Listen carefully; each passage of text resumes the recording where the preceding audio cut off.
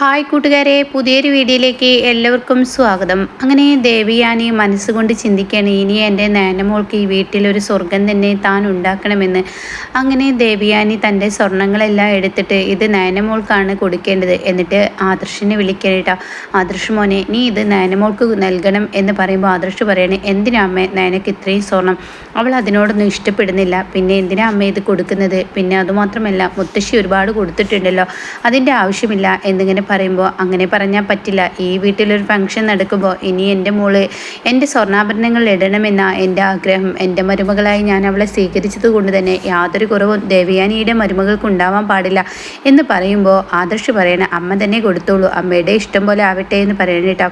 അങ്ങനെ ഈ സമയം ദേവിയാനിയാണെങ്കിൽ തൻ്റെ മരുമകൾക്ക് ഒരുപാട് സ്വർണ്ണങ്ങൾ ഇങ്ങനെ താൻ ബോക്സിലാക്കി ഇങ്ങനെ വെച്ചുകൊണ്ടിരിക്കുകയാണ്. അപ്പോഴാണ് രേവതി അങ്ങോട്ടേക്ക് വരുന്നത്. രേവതിയുടെ കണ്ണ് മഞ്ഞളിച്ചു പോയി. ആർത്തി എന്ന് പറയുന്ന സാധനം അത് പുറത്തോട്ട് വന്നു. അങ്ങനെ ദേവിയാനിയോട് പറയണം, ആഹാ അടിപൊളി സ്വർണ്ണാഭരണങ്ങളാണല്ലോ, പഴയ കാലത്തേതായതുകൊണ്ട് തന്നെ മോഡലും കൊള്ളാമെന്നൊക്കെ പറഞ്ഞ് രേവതി ആ സ്വർണ്ണങ്ങൾ ഓരോന്നോരോന്നായി തൻ്റെ കഴുത്തിൽ വെച്ച് നോക്കുന്ന സമയത്ത് ദേവിയാനി പറയാ, അതവിടെ വെച്ചേക്ക് എന്ന് പറയണേട്ടോ. ഇത് കേൾക്കുന്ന അനാമിക കേട്ട് ഒന്ന് ഞെട്ടുന്നുണ്ട്. ഇതേ സമയം രേവതി കേട്ടോ. അപ്പോൾ ഉടൻ തന്നെ, അല്ല ദേവെടുത്തി, ഞാനിത് തൊട്ടു എന്ന് കരുതി എന്താ പ്രശ്നമെന്ന് ചോദിക്കുമ്പോൾ, അതവിടെ വെച്ചേക്കേ, ഇത് എനിക്ക് പ്രിയപ്പെട്ട ഒരാൾക്ക് കൊടുക്കാൻ വേണ്ടിയാണ് ഞാനതവിടെ വെച്ചിരിക്കുന്നത്. അത് കേൾക്കുന്ന അനാമിക പറയാണ്, അമ്മേ വല്യമ്മ എല്ലാവർക്കും മുന്നിൽ സസ്പെൻസായി എനിക്ക് തരാനാണ്, അമ്മ അതവിടെ വെച്ചേക്കെന്ന് പറയാനിട്ടാ. അപ്പോൾ ദേവയാനിയോട് രേവതി പറയുന്നുണ്ട്, ദേവേടുത്തി നിങ്ങൾ ആർക്കത് കൊടുക്കാൻ പോകുന്നതെന്ന് എനിക്ക് മനസ്സിലായി, എൻ്റെ മോൾക്കല്ലേ എന്നൊക്കെ പറയുമ്പോൾ ദേവയാനി അവിടെ പുഞ്ചിരിയോടുകൂടി ഒന്നും മിണ്ടാതെ അത് അടച്ചു വെക്കണം കേട്ടോ. ഇതേ സമയം അനാമിക പുറത്തു വന്നിട്ട് രേവതിയോട് പറയണേ, അമ്മേ അവരുടെയൊക്കെ മുഖത്തടിച്ച് തരുന്നത് പോലെയായിരിക്കും എനിക്ക് തരുന്നത്. വല്യമ്മക്ക് നല്ല സങ്കടമുണ്ട്. കാരണം ഈ പറയുന്ന നയനയ്ക്ക് മുത്തശ്ശി സ്വർണം കൊടുത്തതിൽ അന്ന് എന്നോട് വല്യമ്മ പറഞ്ഞതാണ്, ഞാൻ നിനക്ക് ഇട്ട് മൂടാനുള്ള തരാ എന്ന്. അപ്പോൾ ആ ഒരു ചിന്ത വല്യമ്മയിൽ ഉണ്ടാവും. അതുകൊണ്ടായിരിക്കും ആ നയനയുടെയും നെബയുടെയും മുഖത്തടിച്ച് തരുന്നത് പോലെ എനിക്ക് തരാനാവും എന്നൊക്കെ പറയുമ്പോൾ, അങ്ങനെയാണെങ്കിൽ നിനക്ക് നന്ന് എന്നും രേവതി പറയുന്നു കേട്ടോ. ഇതേ സമയമാണ് കനകവും ഗോവിന്ദനും ആ വീട്ടിലോട്ട് കയറി വരുന്നത്. അപ്പോൾ മുകളിൽ നിന്ന് ദേവയാനി അത് കാണാണ്. അപ്പോൾ നയന ഓടിച്ചില്ലാണ്, തൻ്റെ അച്ഛനും അമ്മയും കെട്ടിപ്പിടിക്കാണ്. ഈ സമയം ദേവയാനിയുടെ മനസ്സിൽ ഒരു വിഷമം തോന്നാണ്. ഈശ്വര, അവർ ഈ വീടിൻ്റെ പടി ചോട്ടുമ്പോൾ എത്ര വട്ടം ഞാൻ അവരെ ആട്ടി ഇറക്കിയിട്ടുണ്ട്. അതുകൊണ്ട് തന്നെ ചെയ്ത തെറ്റുകളെല്ലാം എനിക്ക് തിരുത്തണം. അവരുടെ കാല് പിടിക്കുന്ന ആ ഒരു ഇത് ചെയ്താലും ഞാനൊരു തെറ്റുമില്ല. അവർക്കുള്ള ഭക്ഷണം എൻ്റെ കൈകൊണ്ട് തന്നെ ആവണമെന്ന് ദേവയാനി മനസ്സുകൊണ്ട് ചിന്തിച്ച് നേരെ കിച്ചണിലോട്ടാണ് പോകുന്നത്. അങ്ങനെ ദേവയാനി ഒറ്റക്ക് നിന്ന് തകൃതിയായി തന്നെ അവർക്കുള്ള ഭക്ഷണം ഉണ്ടാക്കിക്കൊണ്ടിരിക്കുകയാണ്. അപ്പം നയനയും ഗോവിന്ദനും കനകവും ഇപ്പുറത്ത് സംസാരിച്ചും കൊണ്ട് നിൽക്കണം കേട്ടോ. അപ്പോൾ ഇതേ സമയം അനാമിക പെട്ടെന്ന് കിച്ചണിൽ വരുമ്പോൾ കാണുന്ന കാഴ്ച ഇവർക്കുള്ള ഭക്ഷണം ഉണ്ടാക്കുന്നതായിരിക്കും കേട്ടോ. അപ്പോൾ ഇത് അനാമികയ്ക്ക് അറിയില്ല. അങ്ങനെ അനാമിക ചെന്നിട്ട് പറയണേ, അമ്മ ഉള്ളത് കൊണ്ടാണ് തോന്നുന്നു ഇവിടെ നയനയുടെ അച്ഛനും അമ്മയും കാണിക്കുക, അമ്മക്കും അച്ഛനും ഭക്ഷണം ഉണ്ടാക്കാനാണ് വല്യമ്മ കയറിയിരിക്കുന്നത് തോന്നുന്നു. എന്തായാലും അച്ഛനെ വിളിച്ച് കാര്യങ്ങളൊന്ന് പറയുമെന്ന് പറയണ്ട. ഇതേ സമയം അനാമികയുടെ വാക്ക് കേട്ട് രേവതി വേണുവിനെ വിളിക്കാണ്. വേണുട്ടാ, നിങ്ങളെവിടെയാണ്? ഞാൻ വീട്ടിലുണ്ട്, എന്നാൽ ഇന്നത്തെ ഉച്ചഭക്ഷണം നമുക്ക് ദേവിയെടുത്തി ഉണ്ടാക്കുന്നുണ്ട്, നിങ്ങൾ ഇങ്ങോട്ടേക്ക് പെട്ടെന്ന് എത്താൻ നോക്കിയെന്ന് പറയണ്ട. ഇതേ സമയം ശരിയെന്നും പറയാനിട്ടോ. പിന്നീട് ദേവിയാനി കിച്ചണിൽ ഭക്ഷണമൊക്കെ ഉണ്ടാക്കി വെച്ചതിന് ശേഷം നയനയോട് ചെന്ന് പറയണേ, അതെ കനകത്തിനും ഗോവിന്ദനും ഭക്ഷണം കൊടുക്കാതെ നീ വിടരുത്, അവർക്കുള്ള ഭക്ഷണം ഞാൻ ടേബിളിൽ ഉണ്ടാക്കി വെച്ചിട്ടുണ്ട് എന്നും പറഞ്ഞിട്ട് ദേവിയാനി റൂമിലോട്ട് അങ്ങ് ഫ്രഷ് ആവാൻ പോവാണ് കേട്ടോ. ഇതേ സമയമാണെങ്കിൽ ദേവിയാനി അങ്ങ് പോവുകയും ചെയ്തു. വേണു ആണെങ്കിൽ ഓടിപ്പാഞ്ഞും കൊണ്ട് വരുമ്പോൾ കാണുന്ന കാഴ്ച, നയന തൻ്റെ അച്ഛനമ്മമാർക്ക് കനകത്തിനും ഗോവിന്ദനും ഭക്ഷണം വിളമ്പി കൊടുക്കുന്നതായിരിക്കും. അങ്ങനെ അവർ ഭക്ഷണത്തിൽ കൈകുത്തുന്ന ആ സമയം അതവിടെ വെച്ചേക്ക് എന്നുള്ള ആ സൗണ്ട് ഉയരുന്നുട്ടോ. അപ്പോഴാണ് ആദർശ് ഓഫീസിൽ നിന്ന് കയറി വരുന്നത്. അങ്ങനെ ആദർശ് ഒരു സൈഡിൽ നിൽക്കുന്നുണ്ട്.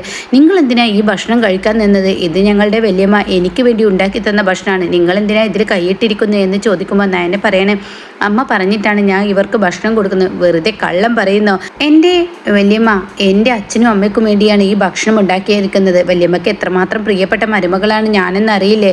പിന്നെ വിഭവസമൃദ്ധമായ ഭക്ഷണം ഇന്നേവരെ നിങ്ങൾ കണ്ടിട്ടില്ലല്ലോ, അതുകൊണ്ടാണല്ലോ ആർത്തി പിടിച്ചിട്ട് ഈ ടേബിളിൽ വന്നിരുന്നത് എന്ന് ഗോവിന്ദൻ്റെയും കനകത്തിൻ്റെയും മുഖത്തടിച്ച് പറയുമ്പോൾ കനക എണീറ്റിട്ട് പറയണേ, അതെ, ഞങ്ങൾക്ക് ദാരിദ്ര്യമുണ്ട് എന്നുള്ളത് സത്യം തന്നെ. പക്ഷേ ദാരിദ്ര്യമുണ്ടെന്ന് കരുതി ഞങ്ങളുടെ വീട്ടിൽ അടുപ്പ് പുകയായി ഒന്നുമില്ല. അത്യാവശ്യത്തിന് ഭക്ഷണം ഞങ്ങളും ഉണ്ടാക്കാറുണ്ട്. നിങ്ങളുടെ പോലെ 4-5 വിഭവങ്ങൾ ഉണ്ടാക്കില്ലെന്ന് മാത്രം. അത് തന്നെ ഞാൻ പറഞ്ഞത്. അഷ്ടിക്ക് വകയില്ലാത്തവർക്ക് ഇത്രയും ഭക്ഷണം കാണുമ്പോൾ ആർത്തി ഉണ്ടാവുന്നത്. എന്നാൽ നിങ്ങൾ മര്യാദയ്ക്ക് ഇവിടെ നിന്ന് നിൽക്കുന്നുണ്ടോ? അത് കേൾക്കുന്ന നയന പറയാൻ, എൻ്റെ അച്ഛനമ്മമാരെ വെറുതെ വേദനിപ്പിക്കരുത് അനാമികയെ.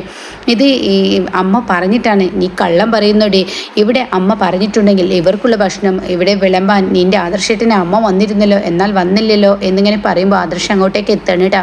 അപ്പോൾ ആദർശ് വന്നിട്ട് പറയാണ്, അനാമികെ നിൻ്റെ പ്രവൃത്തികൾ അതിര് കിടക്കുന്നു.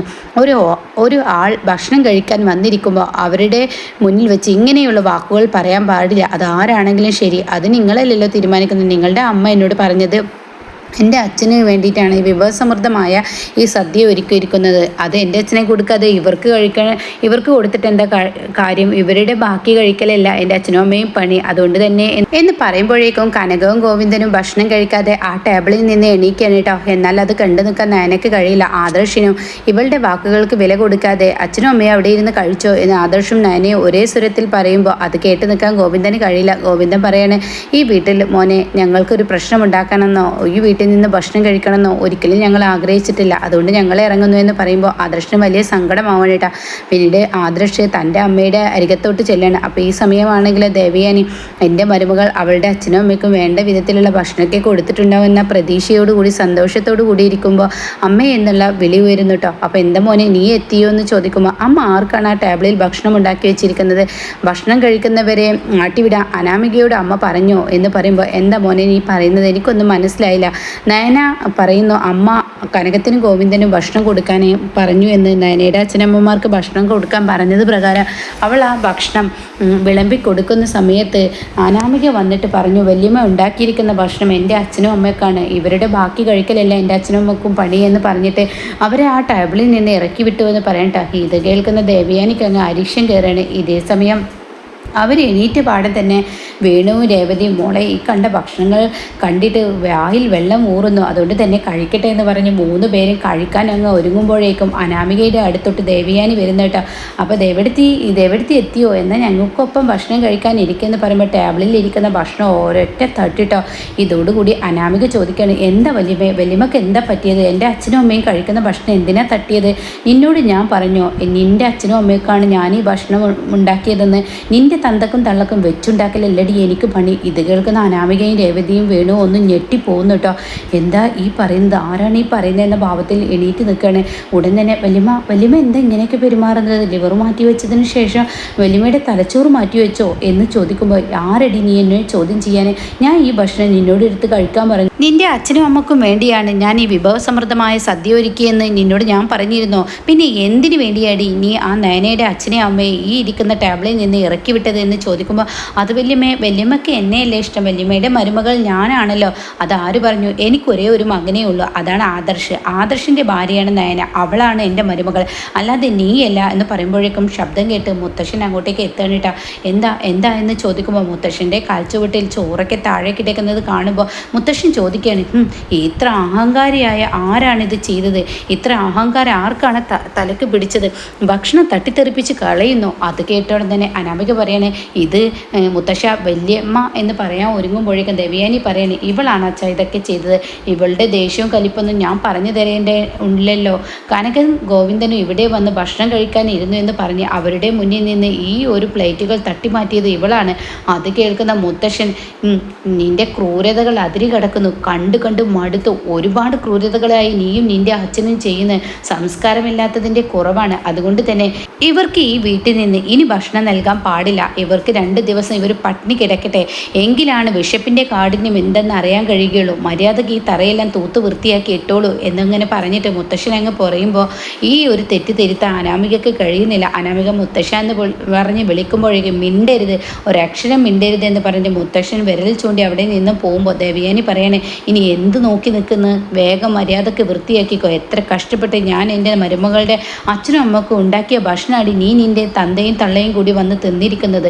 അതുകൊണ്ട് മര്യാദക്ക് വൃത്തിയാക്കിക്കോ എന്ന് പറയുമ്പോൾ അനാമിക പറയാണ്, അമ്മ തന്നെ വൃത്തിയാക്കിക്കോ, ഇത്രയും അലങ്കോലമായി കിടക്കുന്ന ഈ തറ വൃത്തിയാക്കാൻ എന്നെക്കൊണ്ട് കഴിയില്ല എന്ന് പറഞ്ഞിട്ട് ഈ പറയുന്ന വേണുവിനെ കൊണ്ടും രേവതിയെ കൊണ്ടും ഈ നിലത്ത് കിടക്കുന്ന ഭക്ഷണത്തിൻ്റെ അവശിഷ്ടങ്ങളെല്ലാം വൃത്തിയാക്കി അവിടെ തറ തുടപ്പിക്കുന്ന പണിയൊക്കെ കൊടുക്കുന്നുണ്ട് കേട്ടോ. അപ്പോൾ ഇങ്ങനെയൊക്കെയുള്ള ഒരു എപ്പിസോഡ് ഇനി വരാനിരിക്കുന്നുണ്ട്.